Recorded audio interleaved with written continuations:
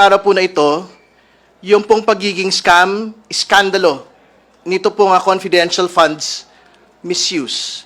Nakita po natin yung pattern ng maling paggamit, yung pong mga peking mga pangalan.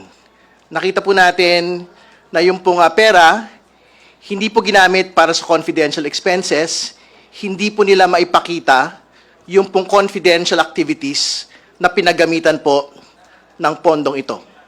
Nakita po natin na yung pong mga rewards slash cash, rewards slash medicines, rewards slash various supplies ay hindi po pinayagan ng Commission on Audit at the level of the Commission on Audit proper. Kaya pwede ho natin sabihin, katulad na binanggit ho previously ni Congressman Joel Chua, na this is akin to the fertilizer fund scam. But more importantly, we can say today na ito po ay katulad ng Napoles PDAF scam.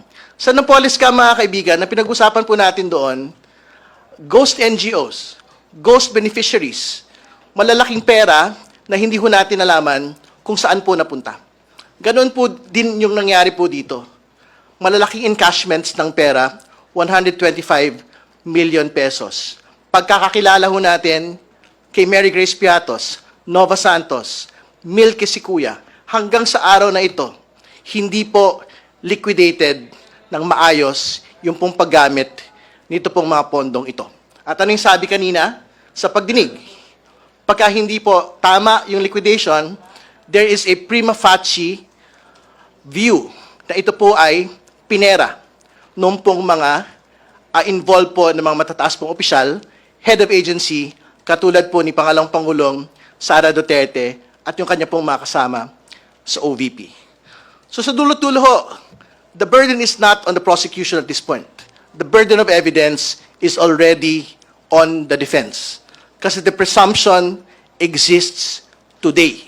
And for as long as it is unrebutted, yung pong paliwanag nila, for example, na preliminary lang naman daw yung pong AOM, preliminary lang naman daw po yung notice of disallowance. But we will go to the final point. Meron pong desisyon yung Commission on Audit proper. Pinasosoli na po ang Pangalawang Pangulo at ng kanya pong mga kasama ng 73 million for the 2022 OVP confidential funds. At yung susunod pa ho, yung pong balanse ng 448 million para sa 2023 confidential funds. So tama po si Attorney Kapunan kanina. This is a scam. This is a scam similar to the agricultural fund scam. It is similar to the Napoles scam. At alam po natin yung naging ending doon. May mga nakulong po ron.